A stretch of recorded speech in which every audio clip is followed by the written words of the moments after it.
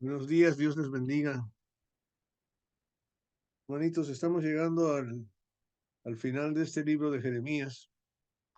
Estas profecías tan maravillosas y tan importantes para nosotros.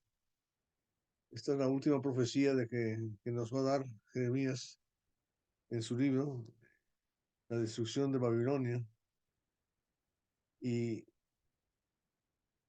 nos debemos hacer unas preguntas antes de seguir adelante, generales.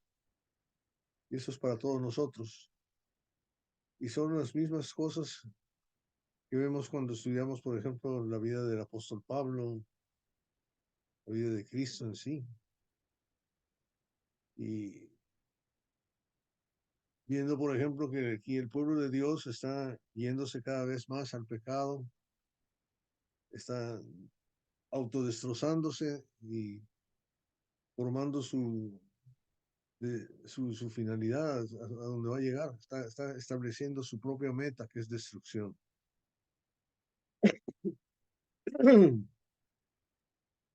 Cuando vemos la destrucción de Babilonia, a pesar de que está hablando de la destrucción de Israel primero, vemos que antes de hablar de Babilonia, habla de todos los otros reinos.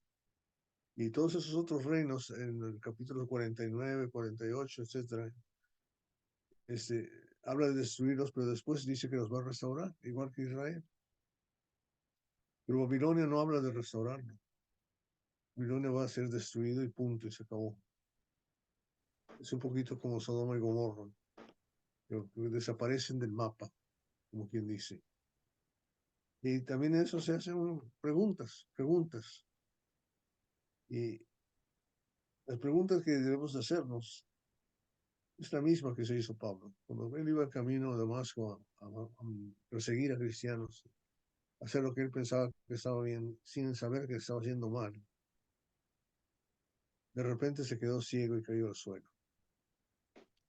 Y todos tenemos que pasar por momentos difíciles de prueba. Y eso causó dos preguntas. ¿Quién eres, Señor? ¿Qué quieres que yo haga, Señor? ¿No? El profeta Habacuc hace una pregunta más, hablando de Jerusalén, la destrucción de Jerusalén, y le dice a Dios, ¿por qué? ¿Verdad? ¿Por qué nos dices que vamos a vivir, que nos estás castigando y no castigas a los que nos castigan a nosotros? Inclusive en el capítulo 2 de Habacuc, él mismo dice a Dios, estaré en puesto de guardia, sobre la fortaleza me pondré, volaré para ver lo que él me dice y qué he de responder cuando sea arrepentido. O sea, dice, como quien dice, le dice a Dios, ok, aquí estoy y dime por qué está pasando todo esto. Y Dios le responde y le dice que lo grabe y le explica todo lo que va a hacer.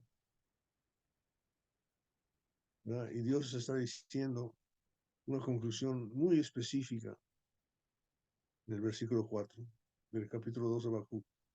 Así es el orgulloso en él, su alma no es recta, mas el justo por su fe vivirá. Mas el justo por su fe vivirá. Una contestación muy sencilla, ¿verdad? Y el otro peca. Ya sabemos que la paga del pecado es la muerte. Y la otra pregunta, que es la primera, es ¿quién eres, Señor? ¿Quién eres, Señor? Y cuando leemos esta situación de Jeremías 50 y 51, y bueno, casi todo el libro de Jeremías, es lo que acabamos de leer, ¿verdad? En el versículo 36, cualquier versículo que recogemos aquí, ¿verdad? El versículo 1 dice así, dice Jehová, levanto contra Babilonia y contra los habitantes de Leb Kamai el espíritu de un destructor, enviaré extranjeros a Babilonia que lo aventarán y vaciarán su tierra, que estarán contra ella por todos lados el día de su tribulación. El día, habla de un solo día. Y efectivamente, ¿verdad? Babilonia, los caldeos, ese reino iba a desaparecer en un día. Según Daniel capítulo 5, pasó de esa manera. Pasó así, en realidad. O sea, tuvo esa situación. Ahora, todo esto pasó hace 2700 años, entre 2700 y 2500 y pico de años. Y una cosa desde cuando leemos el profeta Jeremías, Isaías y la destrucción de Babilonia, eso toma lugar en unos 200 años. No es una cosa que sucede inmediatamente, pero sí sucede mucho más pronto de lo que nosotros pensamos. Pero después Babilonia se usa en la destrucción de Babilonia como una sombra en Apocalipsis. En Apocalipsis habla de esa destrucción de Babilonia como si fuera la destrucción del mundo, de las cosas mundanas, del pecado, del mismo Satanás. Y eso es lo que tenemos que entender, vamos entendiendo. ¿Y por qué es importante saber cuándo pasó esto y cuándo va a pasar? Es porque sabemos que Dios es un Dios de promesas, que nos promete algo y que lo cumple. Cumple todas sus profecías. Y la verdad del asunto es que mientras nosotros más conocimiento tenemos, más nos abren los ojos, es mejor. Es mejor. ¿Por qué? Porque necesitamos entender lo que Dios nos quiere realmente decir. ¿Cuál es la finalidad de lo que Dios quiere darnos a nosotros?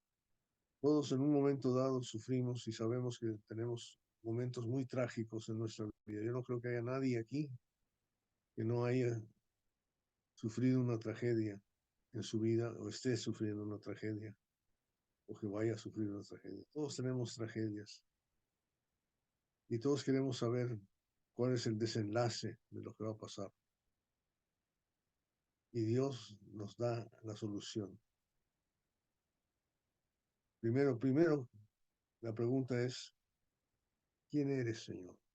Esa es la pregunta primera que hizo el apóstol cuando estaba ciego y tumbado en el suelo. Israel está tumbada, está ya atacada, ha sido llevada parcialmente a, a Babilonia, ¿verdad? Jeremías está de aquel lado predicando desde Babilonia.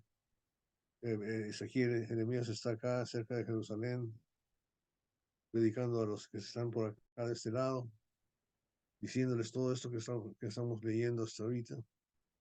Habacuc está preguntándole a Dios por qué estás haciendo todo esto. Todos estos son contemporáneos, están viviendo más o menos en esa misma pedacito de la historia, ¿verdad? Y nosotros estamos en esa misma situación. ¿Quién eres, Señor?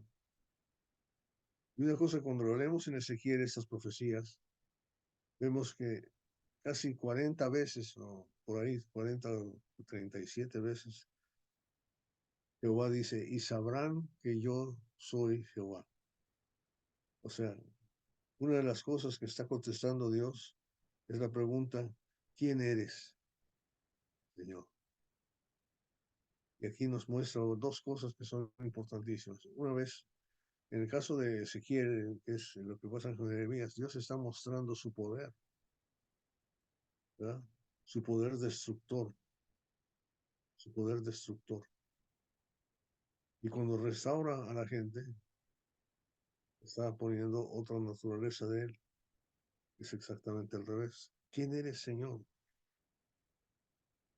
Y la contestación, por ejemplo, en el libro de los Romanos, capítulo 11, vemos una conclusión tremenda de ese libro, que está escrita por el apóstol, para contestar esa pregunta, Dios deja que pase todo esto que estamos viendo y viviendo para que entendamos lo que dice aquí.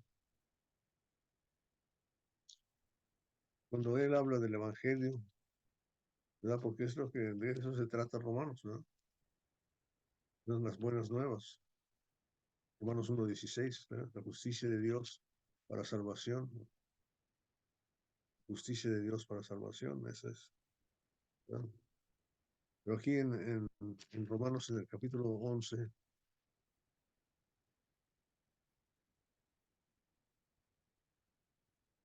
versículo 22,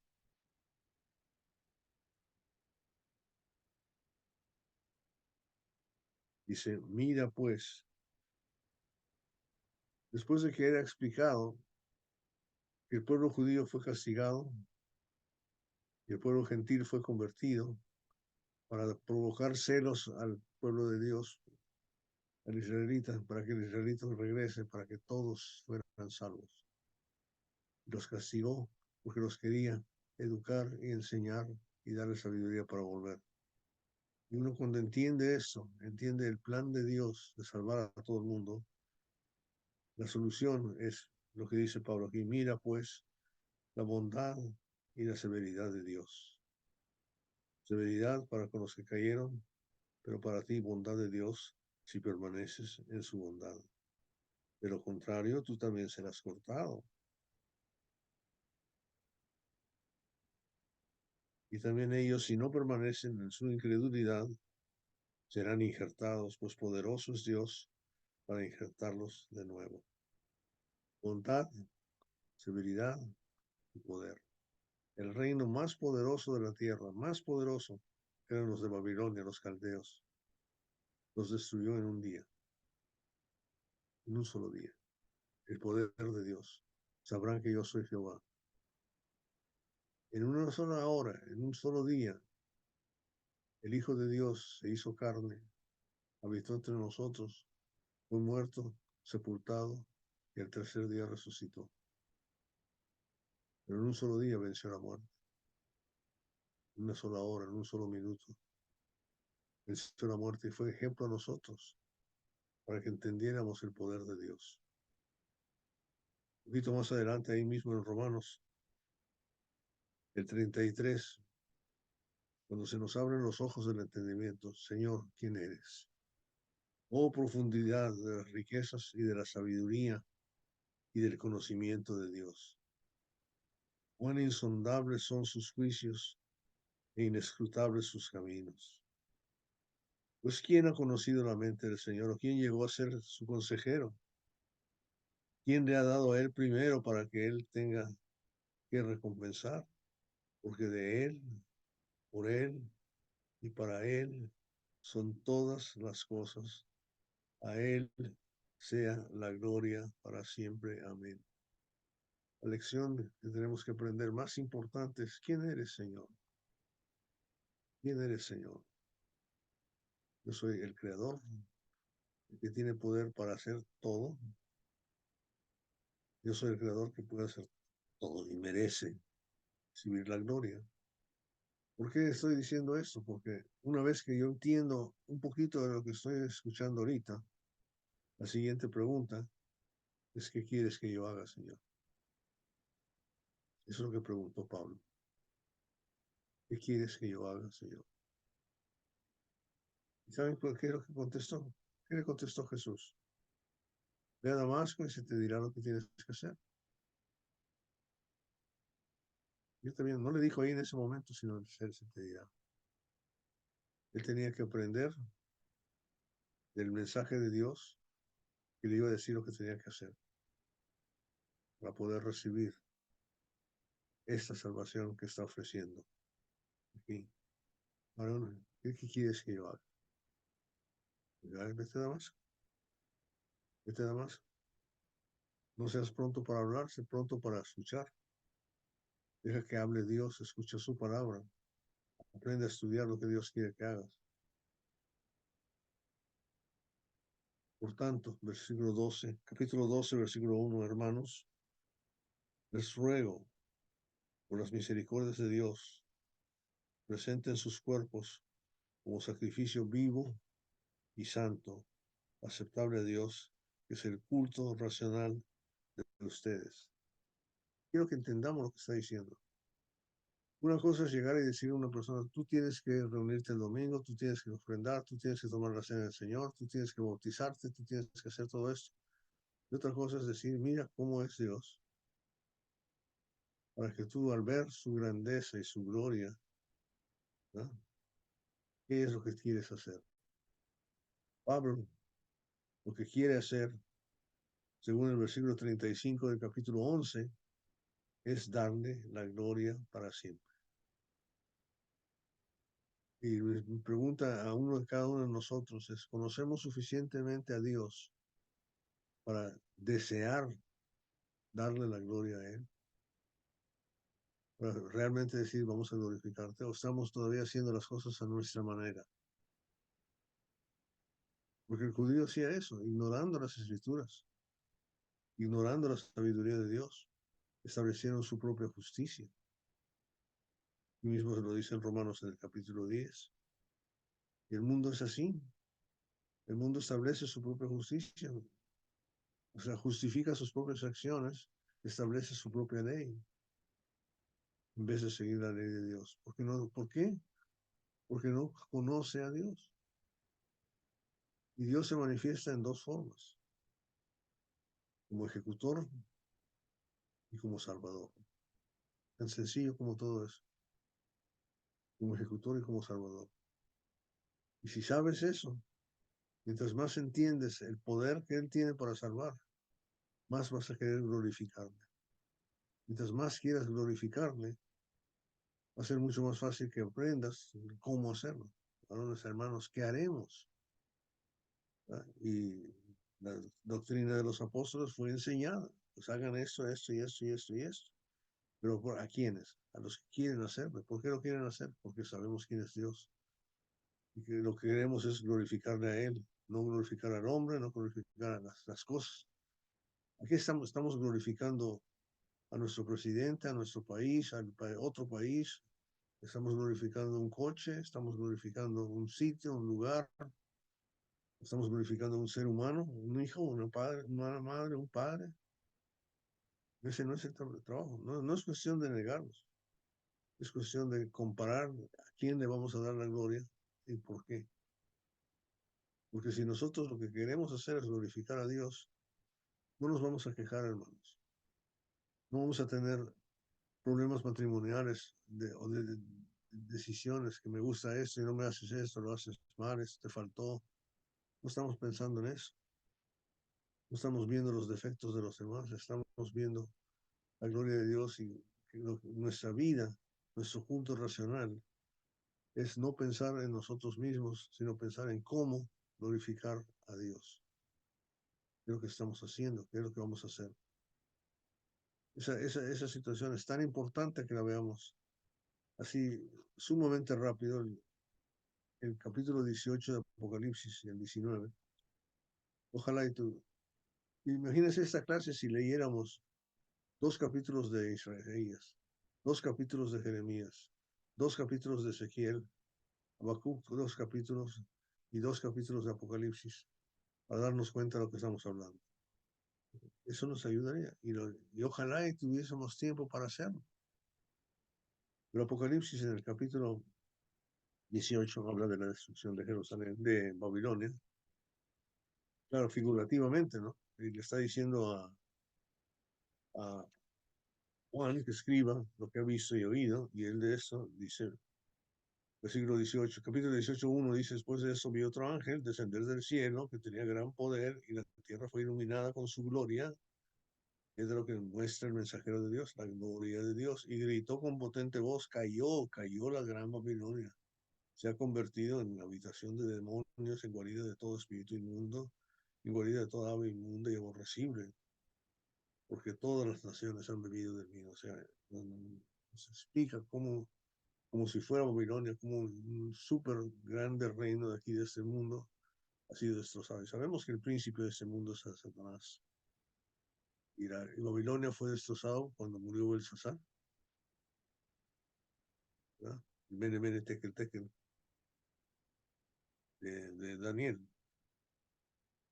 Entonces, actos inmorales, todo eso, ¿verdad? Y oí, versículo 4, otra voz del cielo que decía, salgan de ella, pueblo mío, para que no participen en sus pecados y para que no reciban sus pueblos. La santificación. Apartaos del pecado, apartaos de este mundo. Somos apartados, somos santificados, somos santos. Estamos aquí, pero no participamos. No ruego por ellos, no para que los quites del mundo, dice Jesús a su Padre, sino para que los cuides, para que no se pierda ninguno. La voluntad de Dios es la salvación. Todo esto se está haciendo porque Él quiere salvarnos. Entonces, pues el capítulo 19 dice, Después de esto oí como una gran voz y de una gran multitud en el cielo que decía, aleluya, la salvación y la gloria y el poder pertenecen a nuestro Dios. Aquí está el resultado, hermanos. Este es lo que está haciendo la gente, ¿no? En Babilonia, versículo 24 al 18, se halló la sangre de los profetas, de los santos, todos los que habían sido muertos sobre la tierra. Aquí somos los enemigos del maligno. Somos los enemigos. Él está aquí para destrozarnos, para hacernos la vida difícil. Derribados, no, no nos puede derribar. ¿Puede vencer? No, tampoco. Parece que nos vence, pero ni la muerte, hermanos, nos puede separar del amor de Cristo. Cuando vamos entendiendo esto, ¿eh? Porque sus juicios son verdaderos y justos, pues ha juzgado a la gran ramera que corrompió a la tierra con su inmoralidad y ha vengado la sangre de sus siervos en ella. Y dijeron por segunda vez, aleluya, el humo de ella sube por los siglos de los siglos. ¿Y qué hacían? Los ejemplos de la humanidad. Los 24 ancianos y los 4 seres vivientes se postraron y adoraron a Dios en el trono y decían amén, aleluya. Y del trono salió una voz que decía, alaben ustedes a nuestro Dios, todos ustedes sus siervos, los que le temen, los más pequeños y los más grandes. Podríamos seguir leyendo, ¿no? Vale la pena, léanlo. Léanlo y empapémonos de saber que la victoria es de nosotros si estamos con Él. Que Él es suficientemente sabio y ciertamente poderosísimo y ciertamente capaz de salvarnos para que nuestra vida sea una vida santificada yendo a Él. Volviendo al libro de los Romanos capítulo 12, no nos olvidemos lo que dice ahí, ¿verdad? Romanos capítulo 12, capítulo 1 y 2 y 3 ahora, para terminar. Es tan importante que entendamos, que podamos decir, como Pablo, estamos aquí solamente para glorificarlo, no para otra, no hay otra razón. Él vino y mostró mucho más poder que la destrucción de Babilonia, mucho más poder que la destrucción del mundo entero. Es mostrarnos que Él es no solamente superpoderoso, sino que es eterno. Lo que nos está ofreciendo es una eternidad de sabiduría. La oración de Pablo, acuérdense en Efesios, es que Dios le pide a Dios que nos abra en los ojos del entendimiento para que entendamos cuál es la supereminente grandeza de su poder que opera en nosotros. No nos olvidemos, son palabras tremendas. Debemos de rogar unos por otros porque se nos abran los ojos del entendimiento. Pablo estaba ciego y le preguntó, ¿quién eres? Ábreme los ojos del entendimiento. ¿Y qué quieres que yo haga? Aquí está. Por tanto, hermanos, les ruego por las misericordias de Dios que presenten sus cuerpos como sacrificio vivo y santo. Ya no dedicado, no estamos dedicados ni siquiera uno al otro. Eso es automático. Si estamos dedicados a Dios, vamos a estar automáticamente dedicados unos a otros. Amados, amarás a tu Dios número uno y a tu prójimo como a ti mismo. Como sacrificio vivo y santo, aceptable a Dios, que es el culto racional de ustedes. Y no se adapten a este mundo, sino transfórmense mediante la renovación de su mente, para que verifiquen cuál es la voluntad de Dios, lo que es bueno y aceptable y perfecto. Y eso me encanta, esa última cosa. O sea, ¿cuál es nuestra meta lograr cada día, cada momento, cada mañana que nos levantamos? Quiero saber qué es lo que le agrada a Dios. En nuestra vida familiar, cada mañana que nos despertamos, debemos de preguntar qué es lo que le agradaría a mi esposa que yo hiciera ahorita, o mi esposo, qué es lo que le agradaría que yo hiciera. Vamos a pensar en cómo agradarnos a unos a otros. Mis hijos, qué es lo que debo de hacer, es para el bien de cada uno de ellos. Aquí es la misma, aquí es primero Dios, verificando cuál es la voluntad de Dios, lo que es bueno y aceptable y perfecto. ¿Sí? Vamos a orar. Nuestro Dios y Padre Todopoderoso, un Dios verdaderamente lleno de gloria, de poder, de amor, de misericordia, tantos valores maravillosos que tú representas para nosotros. Ábrenos cada día más ese entendimiento, aunque duela, porque sabemos que tu finalidad no es eso, sino darnos a conocer realmente tu bondad, tu evangelio, tus buenas nuevas. Gracias, Dios, por permitirnos vivir en un momento donde eso lo tenemos al alcance y lo vemos tan de cerca. Ayúdanos, Padre, a obtenerlo. Perdónanos, Padre, nuestras faltas. Seguimos amarrados a este mundo, Padre. Parece que no queremos soltarlo y nos quejamos cuando nos falta algo. Pero, Padre, ayúdanos realmente a darte gracias por los sufrimientos que nos das. Darte gracias por el castigo que nos pones para disciplinarnos, para enseñarnos. Esas pruebas que a veces nos vienen, sabemos, Padre, que debemos agradecértelos. Danos ese conocimiento, esa sabiduría y ese entendimiento para que nuestra fe sea una fe sabia, clara y que podamos glorificarte no solamente aquí en este mundo mientras estamos en este cuerpo, sino por una eternidad. Ten misericordia, Padre, de nosotros. Ya lo tienes. Gracias, Padre, por todo. En el nombre de Cristo Jesús. Amén.